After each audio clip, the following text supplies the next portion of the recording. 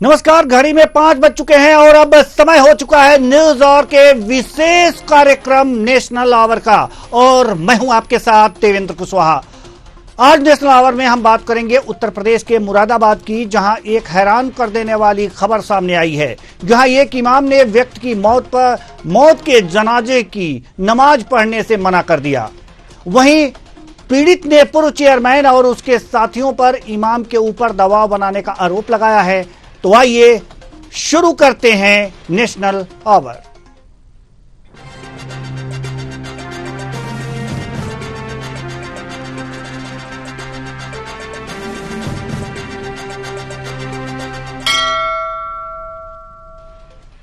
मुरादाबाद में मुस्लिम बुजुर्ग की 23 जुलाई को हार्ट अटैक से मौत हो गई थी। इसके बाद जनाजे की नमाज का जब वक्त हुआ और इमाम को नमाज के लिए बुलवाया तो उसने आखिरी समय पर नमाज पढ़ने से इनकार कर दिया। उन्होंने कहा कि तुम्हारे अब्बू और तुम्हारा परिवार बीजेपी को वोट देते हैं, इसलिए हम जनाजे की नमाज नहीं पढ़ेंगे। यानी कि अब किसी व्यक्ति की मौत हो जाती है तो नमाज ये देखकर पढ़ी जाएगी कि वह किस पार्टी को सपोर्ट करता है। आज नेशनल आवर में करेंगे इसी मुद्दे पर चर्चा। तो आइए शुरू करते हैं जनाजे पर सियासत।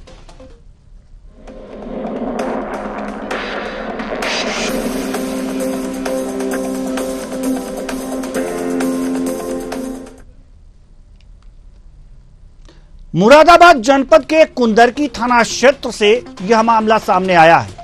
मृतक के बेटे दिलनवाज खान का कहना है कि उसके पिता की हार्ट अटैक से मौत हो गई थी। इसके बाद जनाजे की नमाज होती है। ऐसे में इस नमाज की बात की तो इमाम साहब ने मना कर दिया। हमने पूछा क्यों मना कर रहे हैं, तो उनका कहना है कि हम लोग बीजेपी की तारीफ करते हैं, बीजेपी को वोट देते हैं, इसलिए उन्होंने मना किया है। पीड़ित ने बताया कि इमाम के मना करने पर गांव से मौलवी को बुलाकर जनाजे की नमाज अदा की गई। सुनिए। कार्रवाई के लिए कहा कि 23 तारीख को मेरे पापा का अटैक आने से मौत हो गई। जनाजे की नमाज लेके गए तो इमाम साहब ने और इन 4 लोगों ने मना कर दिया। बोले आप ये तो पापा तो बीजेपी को वोट दे हमेशा, तो एक तरह हिंदू मान के चलो, तो इनकी नमाज कैसे हो जाएगी। इन्होंने नमाज नहीं पढ़ाई और कल 10वीं तक की नमाज नहीं होती इन्होंने। घर में परिवार में अकेला, मुझे भी जानने खतरा आपने, इन सब बदमाश किस्म के लोग हैं सभी।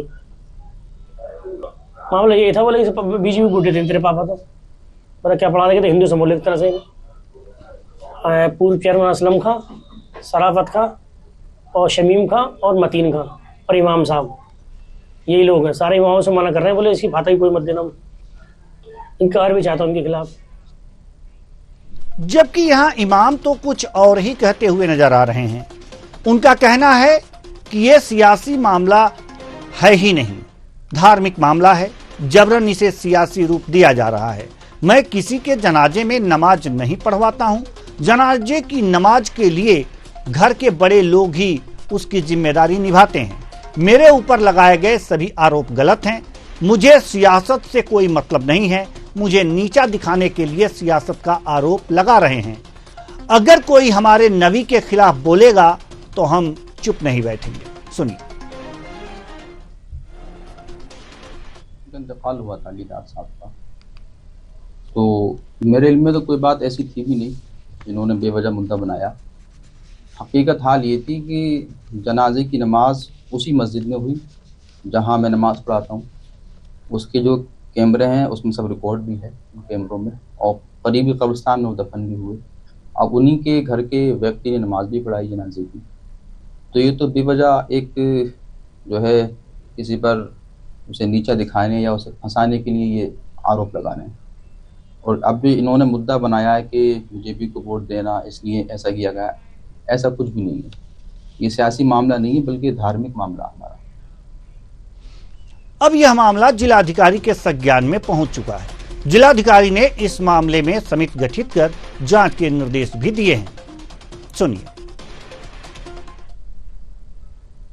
देखिए, अब ये शिकायत मेरे पास अभी प्राप्त हुई है। इस शिकायत में ये है कि एक व्यक्ति है, उन्होंने ये आरोप लगाया कि उनके पिता की मृत्यु हार्ट अटैक से हुई थी और हार्ट अटैक से मृत्यु के बाद जब उनकी जो नमाज होती है वो पढ़वाने के लिए जब उन्होंने इमाम साहब से आग्रह किया तो कुछ कथित आरोप उन्होंने उसमें लगाए हैं कि उसको नहीं पढ़ाया गया। इस पूरे तथ्य की वेरिफिकेशन कराने के लिए हम लोगों ने SDM और एडिशनल SP साहब और SP साहब सभी को ये बताया गया है।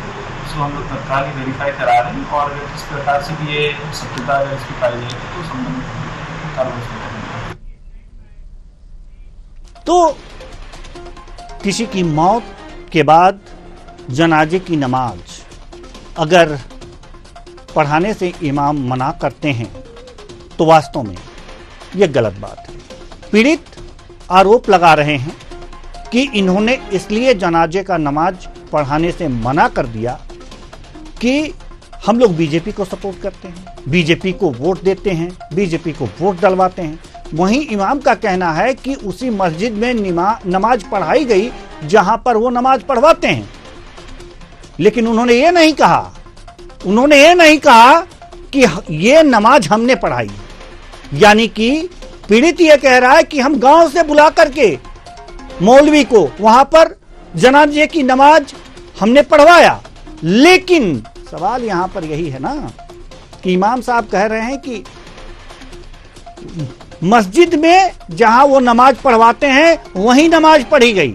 तो ये तो कोई आरोप ही नहीं लगा रहा है कि आप जनाजे की नमाज के लिए मस्जिद का इस्तेमाल ही करने नहीं दे रहे थे। आरोप तो पीड़ित ये लगा रहा है कि आपने नमाज नहीं पढ़ाई। और आपसे जब पूछा गया, पीड़ित ने पूछा कि आपने नमाज क्यों नहीं पढ़ाई, क्यों नहीं पढ़ा रहे हैं, तो उन्होंने कहा कि आप बीजेपी को सपोर्ट करते हैं इसलिए हम नहीं पढ़ा रहे हैं। वहां के चेयरमैन पर यह भी माना जा रहा है कि वहां के कुछ लोग जो दबंग हैं, इमाम पर उनका प्रभाव है और उसी दबंगई के कारण वो जो है लगातार इस तरह की बातें किए। वास्तव में यह एक सियासी मुद्दा हो गया है। सियासी मुद्दा इसलिए हो गया है और एक तरह से यह कहा जा सकता है कि यह पूरी तरह से सामाजिक मुद्दा है। अगर कोई व्यक्ति इस तरह का काम करता है, चाहे इमाम हो, चाहे मौलवी हो, चाहे पंडित हो, कुछ भी, कोई भी हो, अगर इस तरह की बात करता है तो वास्तव में समाज में विद्वेष की भावना आती है। राजनीति अपनी जगह पर है और सारी चीजें अपनी जगह पर हैं। आज इसी मुद्दे पर हम चर्चा करेंगे और चर्चा के लिए हमारे साथ मनीष अग्रवाल जी, राजनीतिक विश्लेषक, हमारे साथ जुड़े हुए हैं। बहुत बहुत स्वागत है हमारे इस कार्यक्रम में। साथ ही साथ राम जी मिश्रा जी, प्रवक्ता बीजेपी, आपका भी बहुत बहुत स्वागत है हमारे इस कार्यक्रम में। चर्चा की शुरुआत करते हैं सर। चर्चा की शुरुआत करेंगे और चर्चा की शुरुआत हम मुरादाबाद की इस घटना पर ही हम चर्चा कर रहे हैं। सवाल यह है कि इमाम साहब कह रहे हैं कि इसे राजनीतिक मुद्दा बनाया जा रहा है, लेकिन जिसके घर मौत होती है तो वास्तव में वो मामले को राजनीतिकरण नहीं करता, यह माना जा रहा है। कुछ न कुछ तो पीड़ित के साथ हुआ है इस तरह का। अगर यह बातें कर रहा है, उसके पिता की हार्ट अटैक से मौत हो गई और उसके बाद से जनाजे के नमाज के लिए किसी का मना कर देना, क्या कहेंगे आप इस पर? सरकार है आपकी, बीजेपी की ही सरकार है। राम जी मिश्रा जी,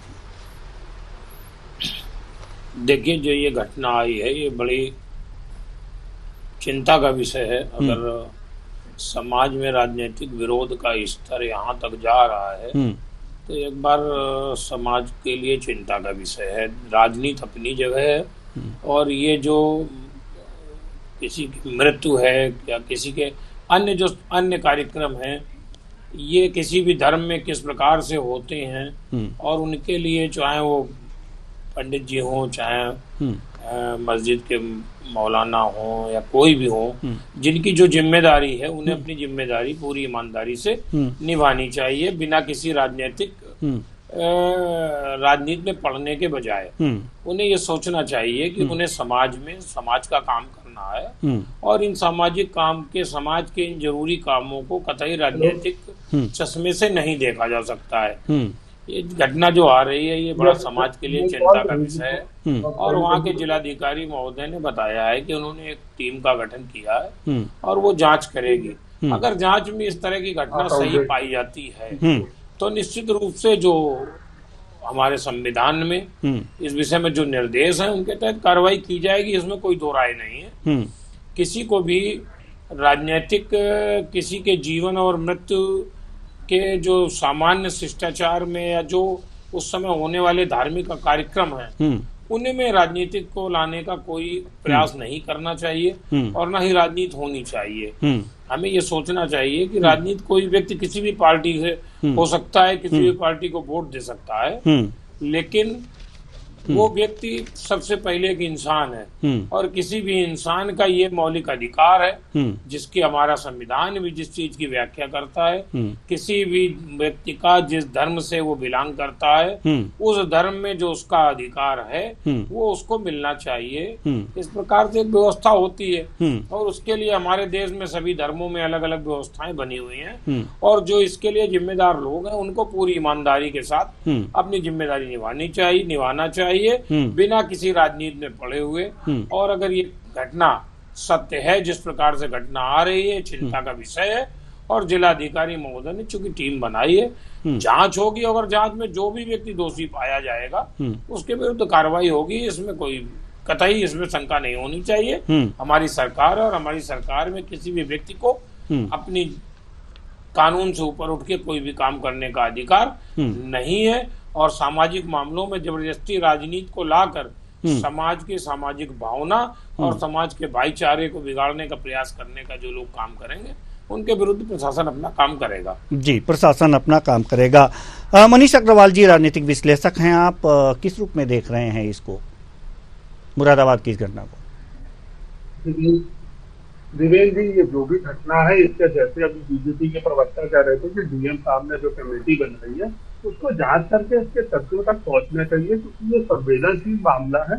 राजनीति और धर्म को इस तरीके से नहीं जोड़ना चाहिए कि वो समाज में एक गलत मैसेज दे कि किसी के विशेष अधिकार जो है उससे भी आप उसे वंचित कर रहे हैं और वो भी ऐसे समय में वंचित कर रहे हैं जब वो उस चीज से पीड़ित है। मानसिक अवस्था ऐसे समय में बहुत अच्छी लोगों की नहीं होती, तो इसकी जरूर गहन जांच होनी चाहिए और ये देखना चाहिए कि कौन से ऐसे तत्व हैं जो ऐसा करने के लिए प्रेरित कर रहे हैं। क्योंकि मुझे लगता है कि अगर वो कह रहे हैं कि ये बीजेपी कार्यकर्ता है तो क्या सिर्फ एक ही बीजेपी कार्यकर्ता है मुरादाबाद में? ये हम नहीं मान सकते।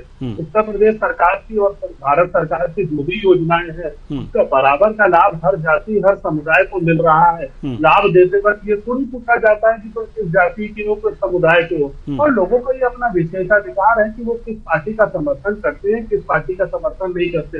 लेकिन अगर समाज को इस तरीके से बांटने की कोशिश करी जाएगी कि अगर तुम एक व्यक्तिगत पार्टी का समर्थन करते हो तो हम तुम्हें इन हितों से वंचित करेंगे, तो ये बड़ा संवेदनशील विषय है। इस पर सरकार को गहन विचार करना चाहिए और डीएम की रिपोर्ट का इंतजार करना चाहिए कि इसमें क्या फैक्ट आते हैं, क्या फाइंडिंग आती है, तो फिर ऐसी रिपोर्ट का कंक्लूजन जरूर होना चाहिए। इन्हें ओपन नहीं छोड़ना चाहिए, एक टाइम बाउंड जांच होनी चाहिए ये देखने के लिए कि समाज में किस तरफ से ये घटनाएं बढ़ना नहीं चाहिए। जी बिल्कुल, समाज में इस तरह की घटनाएं नहीं बढ़नी चाहिए। रामजी मिश्रा जी, हम आपके पास आ रहे हैं, बीजेपी के कार्यकर्ता हैं और ये तस्वीरें भी हैं बीजेपी की, बीजेपी के कार्यालय में बीजेपी का टोपी पहने हुए जो मृतक हैं उनकी तस्वीरें भी हैं कि ये बीजेपी के कार्यकर्ता हैं, बीजेपी का गमछा लगाए हुए हैं। ऐसे में जब इनकी मौत हुई और इस तरह की बातें आईं तो क्या आप बीजेपी के कार्यकर्ता उनके लिए आखिर क्या कुछ आगे आए, बीजेपी आगे आई, क्या कुछ किया उनके लिए, उनके परिवार के लिए? नहीं, इसमें देखिए जहां तक भारतीय जनता पार्टी का सवाल है, भारतीय जनता पार्टी के अगर वो कार्यकर्ता, देखिए मैं चूंकि कानपुर से बिलोंग करता हूं और मुझे मुरादाबाद के विषय में इतनी जानकारी नहीं है और वो हमारी पार्टी के कार्यकर्ता होंगे तो निश्चित रूप से हमारे लोकल के जो नेता हैं वो उनके घर पर गए होंगे और उनके पूरे दुख में और देश के किसी भी परिवार के दुख में भारतीय जनता पार्टी के एक एक कार्यकर्ता बराबर सम्मिलित होता है और शामिल है। भारतीय जनता पार्टी का अपने कार्यकर्ता या देश के जो हमारे कार्यकर्ता नहीं भी हैं उनके साथ भी इस प्रकार के दुख की घड़ी में हम तो कहते हैं अगर किसी दूसरी पार्टी का भी कोई कार्य करता है और उसकी मृत्यु होती है तो हमारी सिंपैथी उसके साथ होती है। ये कतई किसी भी प्रकार से इस चीज को किसी भी पार्टी में बांधकर नहीं देखा जा सकता है। किसी भी पार्टी का आपने देखा होगा, ये हमारे देश की संस्कृति है, किसी भी पार्टी के किसी भी नेता की अगर मृत्यु हुई होगी तो क्या विरोधी अन्य दल के लोग उनके यहाँ नहीं जाते हैं, जाते हैं, उनको श्रद्धांजलि अर्पित करते हैं। और जो एक सामाजिक हमारे देश का और हमारे प्रदेश का एक सामाजिक सरोकार है, उससे कोई मना नहीं कर सकता है। और मुरादाबाद के जो हमारे कार्यकर्ता हैं, हमारे जो नेता हैं, वो निश्चित रूप से गए होंगे और पीड़ित परिवार के साथ खड़े होंगे। जाना भी चाहिए। लेकिन एक सवाल और है जो हम आपसे बाद में पूछेंगे। हमारे साथ एक और मेहमान जुड़ चुके हैं, अजय पाल जाटव जी, प्रवक्ता सपा। बहुत बहुत स्वागत है आपका हमारे इस कार्यक्रम में। अजय पाल जी, आप थोड़ी सी देर में जुड़े हैं। मुरादाबाद की घटना पर ये चर्चाएं चल रही हैं। आपकी पार्टी मुस्लिम हितैषी पार्टी मानी जाती है उत्तर प्रदेश में, और हितैषी तो सभी राजनीतिक पार्टियां सभी वर्गों के होनी चाहिए, लेकिन खास लगाव रहता है आप लोगों का। लेकिन वो बीजेपी से हैं, जिनकी मौत हुई है, उनका पूरा परिवार जो है, जो पीड़ित हैं, वो बीजेपी का झंडा ढो रहे थे। ऐसे में क्या कहेंगे, ऐसे में आप क्या कहेंगे कि जो इनके साथ घटना हुई है, इमाम ने जनाजे का नमाज पढ़ने से मना कर दिया। जी, मेरी आवाज आ रही है आपको? चलिए, ठीक है। मनीष अग्रवाल जी, हम आपके पास आना चाहेंगे। इस मामले में ये बात भी सामने आई है कि इमाम पर दबाव डाला गया था कुछ दबंग लोगों द्वारा, स्थानीय दबंग लोगों द्वारा। ऐसे मामले में क्या होना चाहिए? दिवेश जी, अगर ऐसा कुछ है कि कुछ दबाव डाला गया है तो डीएम जो है मुरादाबाद में वो पूर्णतः सक्षम है, उनके पास सारी पावर्स होती है। उन्हें इसकी जांच करके अपनी पावर का इस्तेमाल करके जो भी आदमी है, चाहे वो बीजेपी का कार्यकर्ता है, चाहे किसी का भी कार्यकर्ता है, अगर उसके साथ कोई अप्रिय घटना हुई है तो उसका संज्ञान लेते हुए उन्हें उचित कार्रवाई करनी चाहिए और ऐसा माहौल निर्धारित करना चाहिए कि आगे इस तरीके की घटनाएं ना हो, क्योंकि ये समाज को एक अलग दिशा में ले जाती है, सोशल लाइफ में एक अलग मैसेज होती है। चुनाव होते रहेंगे, सरकारें बदलती रहेंगी, पार्टियां आती जाती रहेंगी, लेकिन सामाजिक सौहार्द का जो तरीका है वो इन्हें बना के रखना चाहिए और कहीं न कहीं पार्टी से ऊपर उठ के लोगों को कार्रवाई करनी चाहिए। कोई किसको वोट देता है, किसको समर्थन करता है, ये उसकी अपनी व्यक्तिगत इच्छा हो सकती है, लेकिन जो उसके सामाजिक दायित्व है, जो उसका समाज में हक बनता है, जिन चीजों का वो हकदार बनाया गया है, वो उसे जरूर फैसिलिटीज मिलनी चाहिए। और अगर कोई भी उसमें बाधा उत्पन्न कर रहा है, किसी भी प्रकार का दबाव बना रहा है, तो सरकार का गठन इसीलिए होता है, प्रशासनिक अधिकारी इसीलिए जिले में प्रयोग करे जाते हैं कि वो लोगों की समस्याएं सुनते, उनके बेसिक अधिकार उन्हें दिलाने की कोशिश करें, चाहे वो किसी भी हो, चाहे वो नहीं, मनीष जी, सवाल ये नहीं है, सवाल ये भी है ना सर, ठीक है, आप सही बात कह रहे हैं, लेकिन सवाल ये भी है कि जिस तरह से प्रशासन का खौफ होना चाहिए कि हम इस तरह की कार्रवाई ना करें, इस तरह की दबंगई ना दिखाएं, इस तरह से किसी के ऊपर प्रेशर ना डालें, ये नहीं होना चाहिए, नहीं तो हमारे ऊपर प्रशासन का डंडा चलेगा। ये मुरादाबाद में नहीं दिख रहा है। अगर ये बातें सही है पीड़ित की तो कहीं ना कहीं सिस्टम फेल्योर है। देखिए,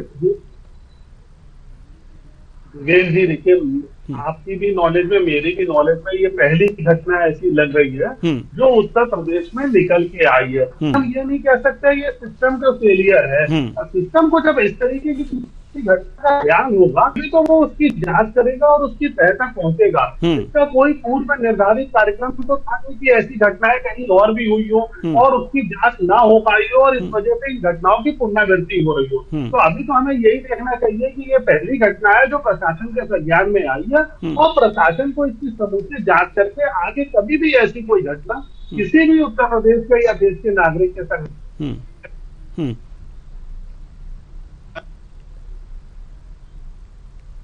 जी जी। रामजी मिश्रा जी, हम आपके पास आना चाहेंगे। रामजी मिश्रा जी, जैसा कि दबाव बनाने वाली बात है, तो मनीष जी कह रहे हैं कि नहीं, ये पहली घटना है और इस पर देखना होगा कि प्रशासन क्या कार्रवाई करता है। ठीक है, अच्छी बात है, लेकिन इस कोई ज़रूरी नहीं है कि इसी तरह के मामले में अगर जो दबाव बनाने की इस तरह के, और मौत के बाद, किसी की मौत के बाद दबाव बनाने की अगर जो बात आती है और इस तरह की बात आ जाती है कि जनाजे का नमाज आप नहीं पढ़ाएंगे, तो किसी और मामले में भी वहां के जो दबंग हैं वो दबाव बनाते होंगे, जो सामने बात निकल करके नहीं आई। चूंकि ये मौत का मामला था इसलिए बात सामने आ गई। देखिए, उत्तर प्रदेश में कोई भी व्यक्ति कानून से ऊपर नहीं है। आपने देखा होगा कि उत्तर प्रदेश में कोई भी व्यक्ति कितना भी दबंग रहा हो, कितना भी बड़ा माफिया रहा हो, कानून के विरुद्ध जिसने भी काम करने का काम किया है, उत्तर प्रदेश सरकार के प्रशासन ने, उत्तर प्रदेश सरकार शासन और प्रशासन ने उस व्यक्ति को जमीन में मिलाने का काम किया है। आज ही आपने अयोध्या में देखा था, समाजवादी पार्टी के एक नेता ने एक बहुत ही दुर्दांत काम किया था, एक हमारे बच्ची के साथ गलत काम किया था, और आज उनके यहाँ बुलडोजर ने अपना काम किया है। देखिए, जब कोई घटना इस सामने आती है, ये घटना केवल प्रशासन की या राजनीतिक नहीं है, ये घटना पूरे मानवता, अगर ये घटना की जांच हो रही है और ये घटना सत्य निकलती है, तो ये घटना पूरे मानवता को शर्मसार करने वाली घटना है। इस प्रकार की घटना पर निश्चित रूप से सारे राजनीतिक दलों को सोचना चाहिए कि अगर इस प्रकार की घटना हो रही है तो इस प्रकार का काम करने वाले लोगों का किस प्रकार से बहिष्कार किया जाए। ये हमारे समाज को किस ओर ले जा रहे हैं, ये कहाँ हमारे समाज को ले जाकर रखेंगे। बाकी प्रशासन अपना काम करेगा। आप निश्चित मान लीजिए, अगर प्रशासनिक जांच में ये लोग दोषी पाए गए तो इनके विरुद्ध सख्त से सख्त कार्रवाई होगी, और उसके बाद उत्तर प्रदेश में किसी की हिम्मत नहीं पड़ेगी इस प्रकार की घटना करने का काम कर सके। लेकिन जी, तो क्या लगता है आपको, जैसे कि आपने तुलना की कि सपा के किसी नेता द्वारा इस तरह किसी दुष्कर्म की घटना को अंजाम दिया गया था और बुलडोजर चला है, और ये बिल्कुल उससे कम नहीं है, बशर्ते इससे तो मानवता शर्मसार होती है। तो क्या अगर जो जांच में दोष सिद्ध हो गया तो क्या बुलडोजर चलेगा?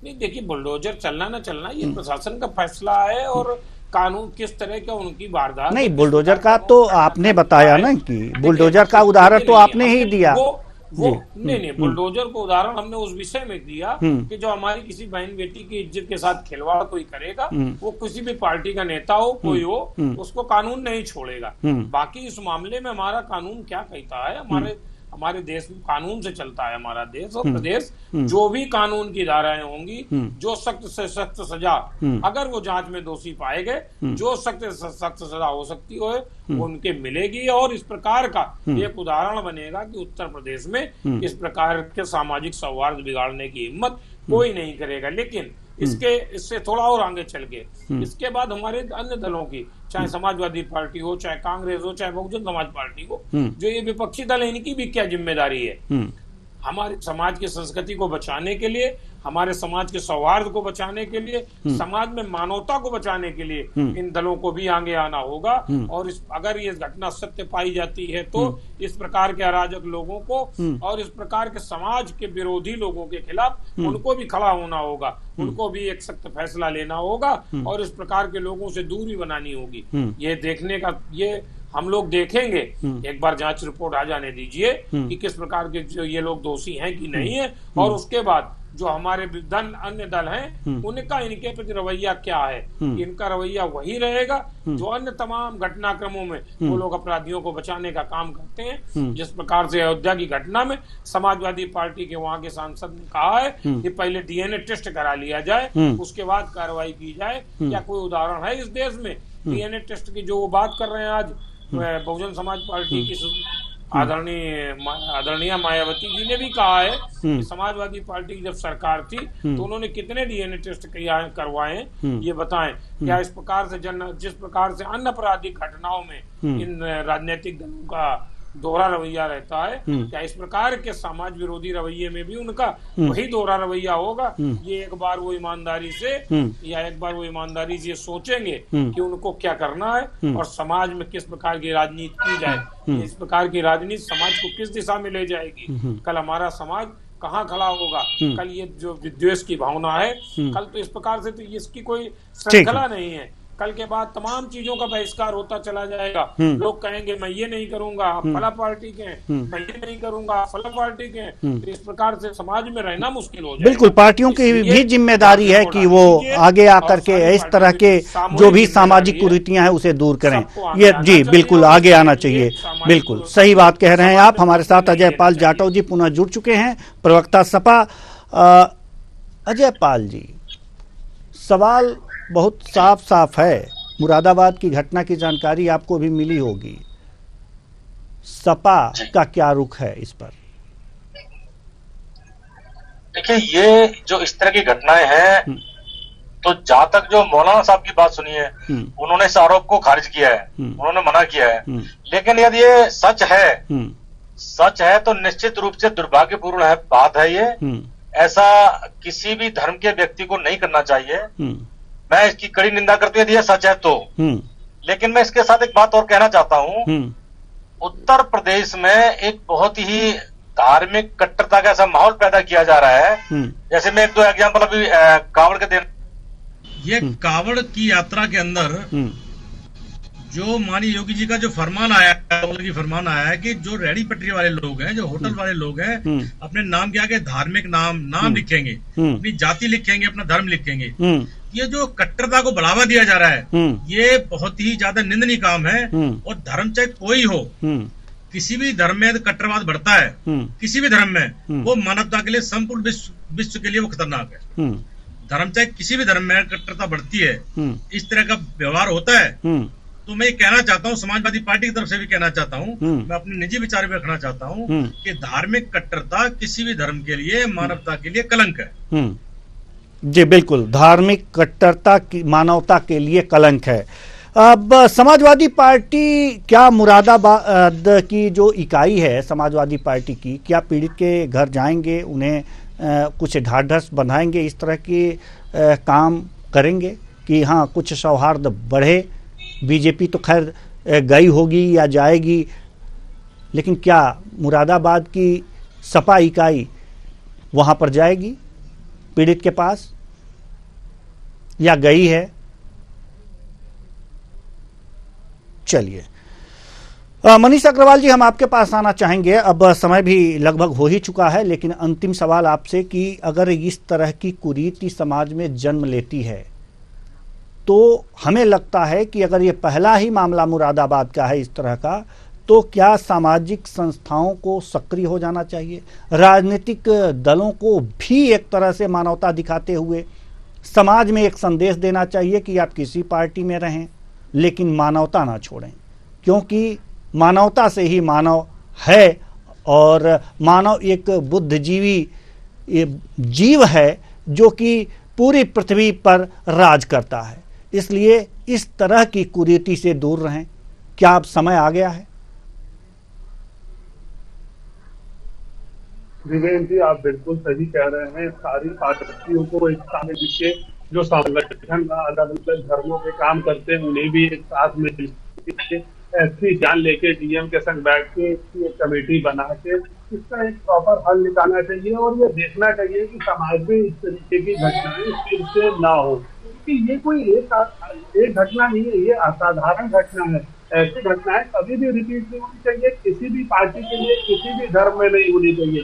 धार्मिक कट्टरता की जैसे समाजवादी पार्टी के प्रवक्ता बात कर रहे थे, ठीक है, वो उनका अपना राजनीतिक है, लेकिन इस विषय को धर्म और राजनीति से ऊपर देखते हुए लोगों को एक साथ मिलकर इसका हल निकालना चाहिए और देखना चाहिए कि समाज में धर्म के नाम पे बिखराव ना हो, क्योंकि अगर धर्म के नाम पे बिखराव होगा तो वो उत्तर प्रदेश और देश के लिए अच्छा नहीं है। इसलिए कुछ ऐसे कड़े कदम उठाने चाहिए और ये जांच जरूर करनी चाहिए कि कौन इसमें गलत है, कौन सही है, क्योंकि अगर कोई मामला संज्ञान में आया है तो कोई ना कोई इसमें गलत जरूर होगा और कोई ना कोई एक जगह सही जरूर होगा। अगर सही की जांच पता चलेगी तो उसकी मैसेज जाएगी समाज में कि हाँ ये चीज हुई थी, ये गलत हुई थी, और सरकार ने, प्रशासन ने समय रहते इसको ठीक करा, जिससे कि आगे कभी ऐसा इंसिडेंट होगा तो लोग बताने के लिए तो आगे आएंगे। पता नहीं ऐसा कुछ पहले समाज में हो रहा हो तो लोगों को पता न चलता हो, आज ये डेट हुआ है तो लोगों को पता चलता है। तो मुझे लगता है अगर इस पे कोई अच्छा निर्णय आएगा, सामाजिक सौहार्द का निर्णय आएगा, तो लोग आगे तरीके के मुद्दों को बताएंगे और इसका एक प्रॉपर कंक्लूजन होगा। चलिए, अब चूंकि समय नहीं है, नहीं तो इस चर्चा को और आगे बढ़ाते। बहुत बहुत धन्यवाद सभी मेहमानों का, आप आए और अपने अपने विचार साझा किए। तो कुल मिलाकर के देखा जा सकता है कि जनाजे पर सियासत हो रही है, और वास्तव में इसे कह सकते हैं कि सियासत का जनाजा ही निकल रहा है मुरादाबाद में। इसलिए मैं कहना चाह रहा हूं क्योंकि राजनीति सब कुछ नहीं है, मानवता से मानव है। अगर मानवता खत्म हो गई तो व्यक्ति जानवर हो जाएगा। तो इसलिए मानवता बचा कर रखिए, सियासत होती रहेगी। आज जो व्यक्ति बीजेपी को सपोर्ट करता है, वास्तव में उसका पिछला रिकॉर्ड देख लीजिए, कहीं कांग्रेस को सपोर्ट करता होगा। आज बीजेपी को सपोर्ट करने वाला कल सपा को सपोर्ट कर सकता है, लेकिन मानव के मूल अधिकार से उसे वंचित न कीजिए, उसके ऊपर कोई दबाव ना दीजिए। और वास्तव में मौत के बाद तो सिंपैथी सबकी जग जाती है। हे मुरादाबाद के दबंगों, आपकी मानवता कहां है? फिलहाल इस कार्यक्रम में इतना ही। मुझे दीजिए इजाजत। नमस्कार।